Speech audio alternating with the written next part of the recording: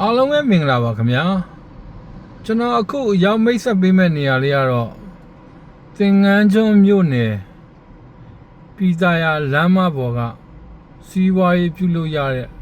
လို့ရတဲ့နေရာကောင်းလေးပါခင်ဗျာ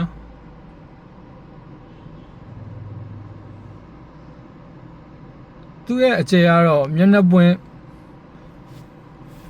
38ပေနောက်ပိတ်28ပေပါတစ်ဖက်ရှည်ကတော့85ရှိပြီးတော့တစ်ဖက်ရှည်ကတော့90ရှိပါတယ်ခင်ဗျာမြေတီးစပ်လိုပါပဲခင်ဗျာသူ့ရဲ့ရောင်းခေါ်သေးလေးကတော့3000ခွဲခေါ်ထားပါတယ် square feet နဲ့တွက်မယ်ဆိုရင်တော့1 square feet ကို12သိန်း13သိန်းကြားလောက်ပဲရှိပါမယ်ခင်ဗျာ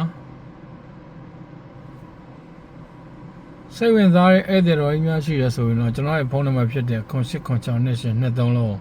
အချိန်မြင့်ဆက်သွယ်လို့ရပါတယ်အားလုံးကျေးဇူးတင်ပါတယ်